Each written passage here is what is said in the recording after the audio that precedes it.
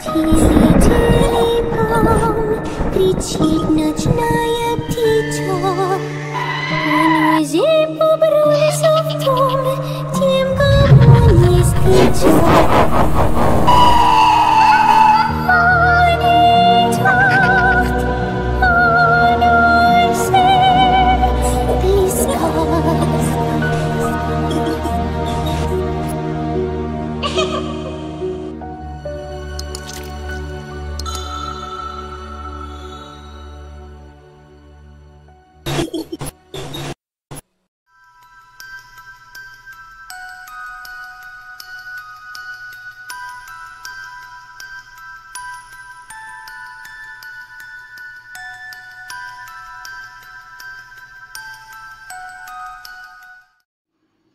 Ang nakaraan.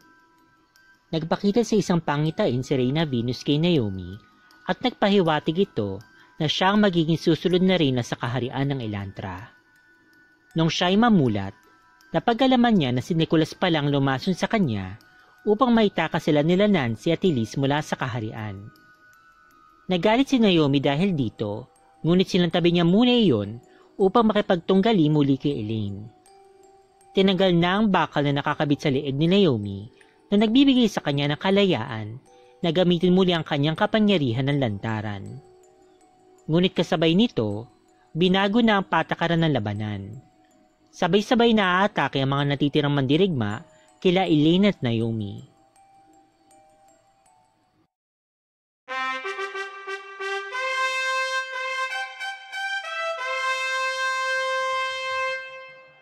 Tumunog ang trumpeta at walang ano-ano, biglang sumugod sa amin ni Elaine ang mga mandirigma. Ngunit tinaas ni Elaine ang kanyang mga kamay at mula dito, bumuo siya ng isang bolang apoy. Tinapon niya ito sa mga parating na mandirigma. Nakailag ang magkapatid na sila Salveco at Miara sa kanilang mabilis na paglukso. Sila Geneva at Jimson naman ay ginamit ang kanilang panangga upang huwag tamaan ng bolang apoy. Nagulat ako nang biglang lumutang si Miara at biglang nagpakawala ng isang itim na puwersa. Walang ano-ano, itinapon din ito ang itim na puwersa sa amin ni Elaine. Agad naman akong lumikha ng isang force field para protektahan ang aking sarili.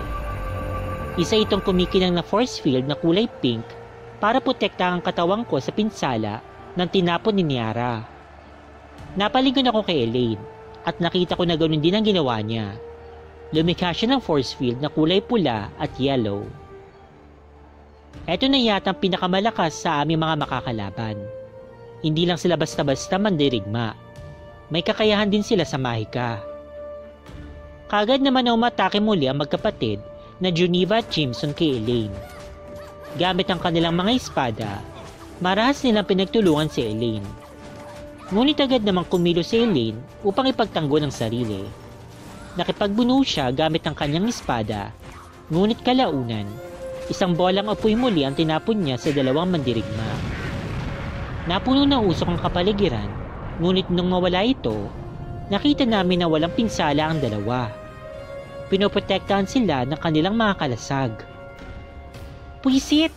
Hindi umiepekto sa kanilang apoy!" Nangingit-ngit na wika ni Elaine.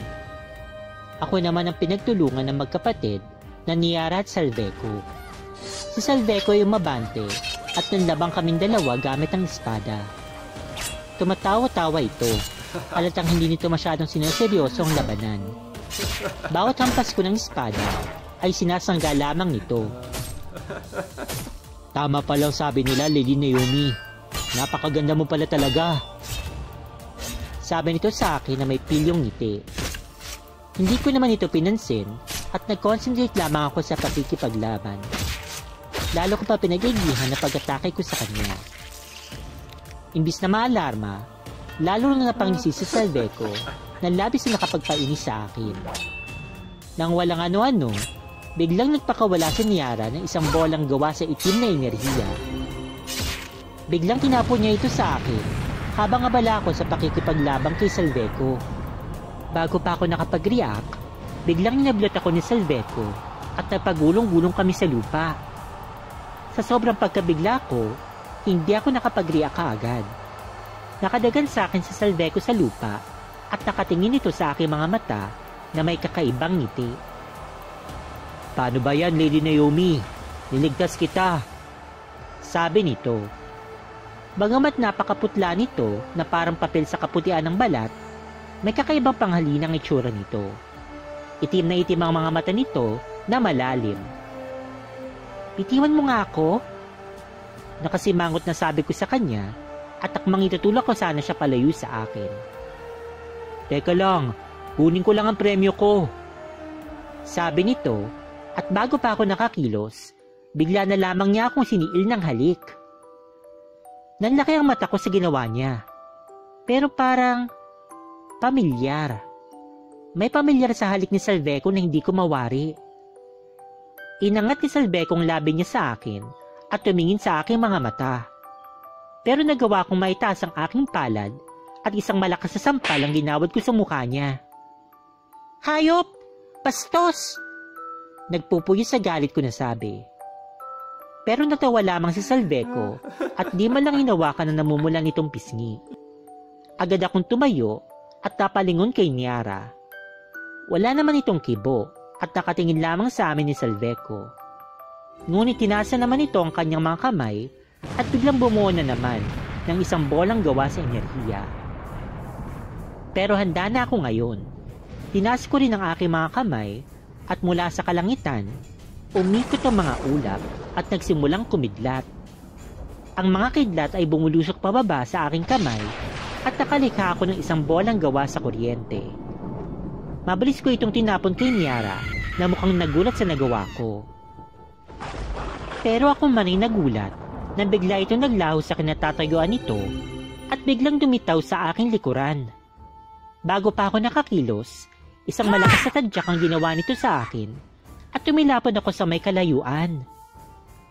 Biglang may lumitaw na punyal sa kamay ni Niara at walang ano-ano, sumugod ito na parabang may tangka na saksakin ako. Agad ko naman itong sinangga gamit ang aking espada. Nangangalit ang mga ngipin ko habang buong lakas ko na pinipigilan ng kanyang pag-atake sa akin. Maski si Eileen ay nahihirapan kila Juniba at Jimson. Bagamat hindi gumagamit ng mahikang magkapatid, hindi rin naman sila tinatabla nito. Kaya walang nagawa si Eileen kundi lumaban ng mano-mano sa mga magkapatid. Halin-hina na kinakalaban siya nito gamit ang espada at mukhang hindi basta-basta ang magkapatid na ito. Baka pwede natin pag-usapan ito," hinihingal na sabi ni Eileen. "Kaya ko kayong bayaran ng malaki. Hayaan nyo na lang ako makatungtong sa dragon." "What? Is it a deal?" "Hindi lamang perang importante, Prinsesa Eileen," sagot ni Juniba kasabay ng isang hampas ng espada sa nagulat na prinsesa. "Importante din ang karangalan. Hindi mo mabibili ang dignidad namin." Kaya walang nagawa si Eileen kung hindi magngit-ngit sa galit habang patuloy siyang pinagtutulungan ng magkapatid. Hanggang sa bigla itong tumakbo patungo sa labanan namin nila Salveco at Niara. Hindi ko kaagad naunawaan ang gagawin ni Eileen hanggang bigla siyang lumikha muli ng bola ng apoy. Agad niyang binato ito sa aming tatlo. Nakailag naman ako, pati ang magkapatid. Ngunit agad na nagpakawala muli ng isa pang bolang apoy si Eileen kila Salveco. "Let's switch opponents!" sigaw ni Eileen. "Ha? Teka!" Nagulat na sabi ko. Ngunit wala na akong nagawa dahil agad na umatake ang magkapatid na sila Juniba at Jimson. Muntik na ako matamaan ng espada ni Juniba. Mabuti na lang at naiwasan ko. Hinabol ako ni Jimson na akmang sasaksakin ako pero nakalukso naman ako ng paiwas. Napalingon ako kay Salveco at wari ko ay galit ang mga mata nito na nakatingin sa amin. Pero naging abala ito sa pagdepensa sa mga atake ni Eileen kaya nawala din ang tingin nito sa akin. "Lady Naomi, pasensya na at ganitong pagkakataon tayo nakita. Ngunit ang tungkulin namin ay talunin kayo nila Prinsesa Eileen. Bilang isang maharlikang mandirigma, kailangan namin gawin ng aking kapatid ang lahat ng aming makakaya upang talunin kayo," sabi ni Jimson. "Kinalulungkot ko rin, pero wala akong balak magpatalo. Sigaw ko sa kanila. Lalaban ako hanggat kaya ko. Yun lang, at gaya ng ginawa nila kay Elaine, haling-hila nila ako na pinagtulungan magkapatid. Kapag nagpatuloy ito, mapapagod ako at tuluyang manghihina. Pero paano? Magaling ang magkapatid na ito sa paggamit ng espada. Hindi sila tinatabla ng mahika.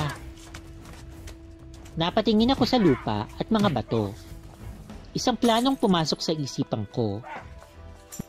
Maaring hindi tumatalabang mahika na pinupukol direkta sa kanila. Pero paano kung hindi ito direkta sa kanila gagamitin? Walang pinakamagandang gawin kung hindi subukan. Tumakbo ko palayo sa kanila. Binigyan ko ng distansya kaming tatlo. Hindi nila yun inaasahan, kaya hindi sila nakahabol kaagad. Pero di ako nag-aksaya ng panahon. Pumikit ako at tinaas ko ang aking mga kamay. Matinding konsentrasyon ang ginawa ko. Umusal ako ng isang engkantasyon na sumibol sa aking isipan. Narinig ko na umiihip ang hangin sa aking paligid. Hindi ko namalayan na pati pala ako ay lumulutang na rin sa hangin, kaya hindi ako naabot nila Geneva at Jimson. Wala itong nagawa kung hindi tumingala. Ngunit di pa ako tapos. Isang planong sumibol sa aking isipan. Isang paraan para mapigil ang mga mandirigma na sumusupil sa akin. Dinilat ko ang aking mga mata at tumingala sa langit. Nakita ko na ang langit ay nangangalit at ang kidlat ay nawawala. Naghihintay ng aking utos sa kanila na agad ko naman binigay. Inuutusan ko ang kidlat at hangin na bumaba sa lupa. Makianib sa buhangin at bato. Gumawa kayo ng pitan na magkukulong sa aking mga kaaway. Sigaw ko. Tumingin ako kay Geneva at Jimson na parehong nakanganga sa akin sa ibaba. Ngayon din!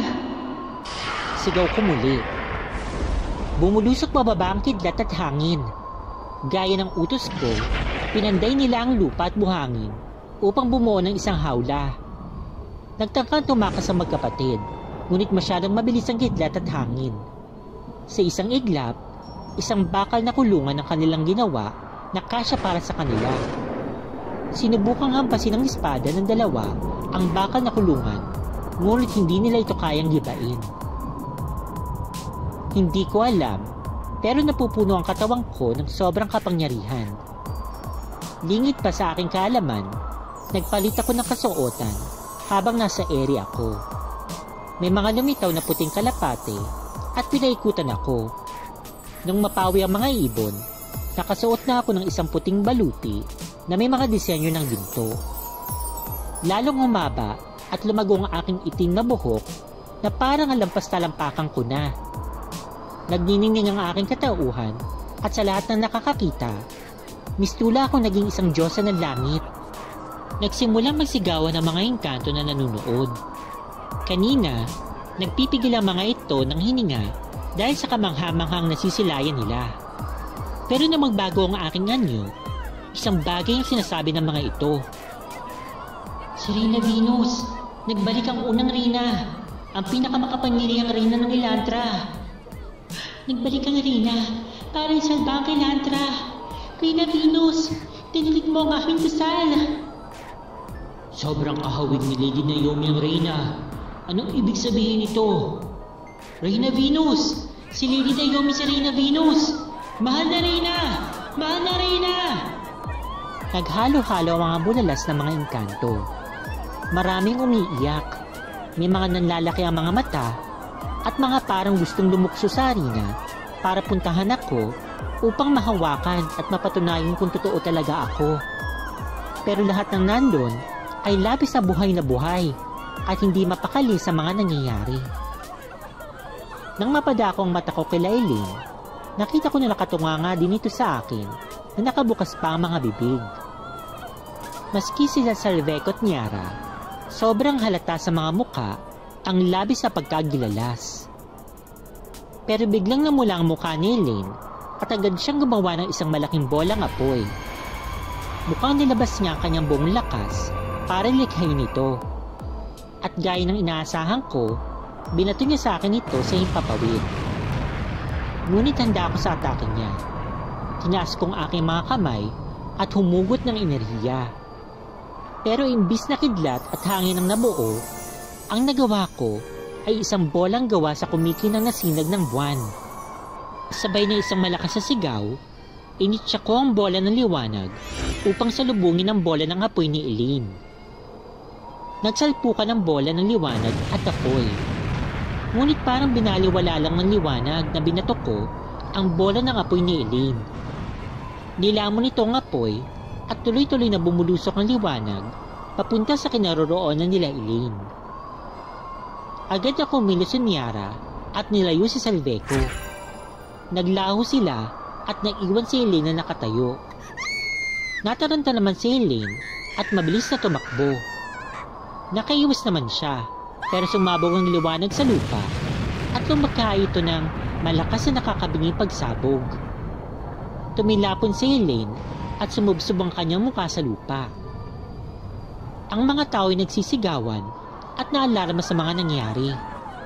Pero nang makitang buhay pa naman si Elaine at ako'y parang wala lang sa akin ang nangyari, nagsimula na naman ang mga ito na tawagin ang aking pangalan, pati ang pangalan ng unang reyna.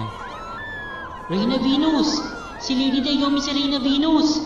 Mahal na Reyna! Mahal na Reyna! Pero hindi ko pinansin ang kanilang mga sigawan. Dahan-dahan akong lumutang pababa mula sa alapaap. Pagtungtong ko sa lupa, kalmado at taas na akong naglakad patungo sa kinaroroonan ng dragon. Hindi ko alam, pero parang sobrang napakapayapa ng aking kalooban. Lingid sa akin, bawat lupang aking dinadaanan, mabilis na tumutubo ang mga iba't iba na mga magaganda at mapabangong bulaklak. Ang mga nabiyak na lupa ay nabubuo at nagiging mas masagana. Sila Niara at Salveco ay lumitaw sa may gilid. Nagtangkang lumapit sa akin si Salveco. Hindi man lang ako lumingon sa kanya, pero tinapat ko ang aking kanang palad at sa isang iglap, isang malakas na liwanag ang lumabas at itinulak siya sa akin palayo. Agad naman hinawakan ni Niara ang kapatid upang hindi ito mapahiga sa lupa. Tumingin si Niara kay Salveco at umiling. Batig nito napuspos ako ng kapangyarihan. Kahangalan na sumubok pa na lumaban sila sa akin. Kaya nagmasid na lamang sila habang naglalakad ako papuntang dragon. Ang dragon ay nakamasid lamang din sa akin at kanina pang walang kibo. Pero nung nakaharap na ako dito, nagsimula itong suminghal at umatungal. Nagbuga ng apoy at waring nananakot. Pero kalmado pa rin ako. Hindi ko inalintana ang apoy na binubuga ng dragon. Sa halip, tumitig ako sa dragon at nagsimulang umawit. Umalingaw-ngaw ang aking awit at narinig ito ng lahat. Тили, тили, бом, закрой глаза скорее.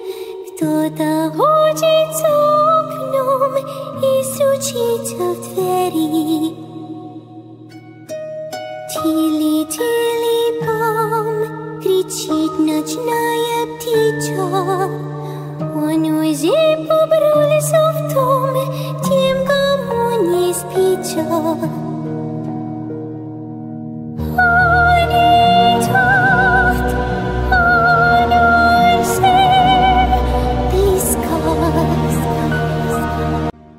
Agad na kumalma ang dragon at tumango-tango ito sa akin. Lumapit ako sa dragon at hinayaan ito na tapekin ko ito sa mukha. Nilapit pa lalo ng dragon ang mukha nito sa akin na parang aso na nalalambing. Itingulo ko ang gintong itlog nito na nasa kanyang tabi. Patuloy pa rin akong umaawit. Tumango ang dragon sa akin. Lumutang ang ginitong itlog papunta sa akin. Nung sapu-sapu ko na ito, pinagpatuloy ko ang aking pag-awit. Unti-unti nagliwanag ang itlog at gumalaw. Nagsimula itong mag-crack hanggang nahulog ang pera-peraso ng shell ng itlog. Maya-maya, lumitaw ang isang mata mula sa itlog. Matapos tuluyan ng sumilip at lumitaw ang ulo ng isang maliit na nilalang mula dito. Tuluyang nadurog ang itlog at sa aking mga kamay, nagpakitang isang munting gitnong dragon. Gumawa naman ng isang malakas na ingay ang inang dragon. Ngunit hindi ito dahil sa galit, kung hindi sa kagalakan. Kinampay-kampay ng maliit na dragon ang mga pakpak nito. Nakatitig lang ito sa akin na parang nagpapaamo. Sa wakas, tinigil kong aking pag-awit at isang halikang ginawad ko sa ulo ng munting dragon. Pagkatapos, hinayaan ko itong lumipad patungo sa ina nito. Isang milagro ang ating nasaksihan. Umaabot na halos 100 taon bago mapisa ang itlog ng isang dragon. Ang itlog na yan ay 10 taon pa lamang. Ngunit nagawang pisa ni Lily Naomi ang itlog nang walang kahirap-hirap. Manghang-mangha na sabi ng announcer. Sigawan ng mga engkanto. Gumawa muli ng ingay ang dragon. Nabuga ito ng apoy sa alapaap. Lumikha ito ng misudang fireworks sa langit. Si Lady Naomi ang nanalo sa paligsahan. Mabuhay! Itutuloy. Hello Spooky Dolls! Good evening. Before anything else, gusto ko sanang batiin lahat ng mga OFW at mga Filipino immigrants na nanonood at nakikinig po sa akin ngayon. Maraming salamat po. Sana po nasa mabuti po kayong kalagayan sa makayong panlig mundo naroroon ngayon. At sa mga katulad ko naman po na dito lang sa Pilipinas, gayon din yung mga taga-ibang dimensyon at taga-ibang mundo na tumatangkilik at sumusuporta po sa Dolls and Spooks, I hope na nasa mabuting kalagayan po kayo lahat. So ito na guys, so wakas natapos ko rin po yung kwento. Pero I know po na medyo, okay ako na po magkasabi kasi I'm sure po mapapansin nyo po yun na medyo maikli po siya. Kumpara po dun sa mga nauna ko pong ginagawa, okay, na mga videos para po sa Pura Sangre na mga 30 minutes, 45 minutes, mga ganyan. Pero para sa akin, okay, mas okay na yung na parang maikli pero parang quality kaysa sa parang pinipilit ko na pahabain na magdagdag lang ako ng mga dialogues para lang mapahaba. But anyway, so I hope na nagustuhan po ninyo. I hope na naibigan po niyo yung kwentong nagawa ko po para po sa episode na ito. Gusto ko na po sanang batiin lang po yung po mga nakikita ko po na nagko-comment at saka naghihintay nga po nitong Pura Sangre and all. So gusto kong pasalamatan po sa paghihintay si John Lloyd De Castro. Then nakikita ko palagi nagko-comment po si Alwina Leonel, si Kylie Salvador, si Ran Francisco, si Jaire Colas, si Chinchin de la Cruz, syempre si Tita Leonor Neville, si Smart B, okay, Tita Smart B, din si Wildberry, din of course yung mother po nila, okay, si Mama Mercedes Catuangco. So maraming salamat po sa inyo. Then batiin ko na lang din syempre sila Tita Ori Rex, okay, sila Tita Josephine Napin Atilio. I hope na nasa mabuti rin po kayong kalagayan. Si Tita Beth Pulido, si Jordan Aguinaldo, si Engineer Melvin Montes, okay, si Ate Maria Georgievich. Okay, so batiin ko rin si Asi, and then si Salbeco Gutierrez, nakakapangalan nga po dito ng mga, isa sa mga po dito, ng mga warriors, si Bernadette Angkog, si Sulaika Dibasingkil, si Monica Budol, si Jim Sundano, nakapangalan po ng isa, nagkataon lang, wow, at saka si Renz Abrea, at saka marami pa pong iba, si Miss Miami Laurel yan, sa mga hindi po nakakalimot po talaga na mag-comment, and then sumabaybay po dito sa Dolls and Spooks. But anyway, so I really hope guys na patuloy po ninyo akong supportahan dito po sa ating pong mga videos. Hindi lang po sa Pura Sangre, pati po yung mga iba pong ina-upload ko po na videos po dito sa ating channel. So sana po panoorin nyo. Of course, mag-subscribe po kayo kung hindi pa kayo subscribe. Paki-click yung like, paki-click yung notification bell.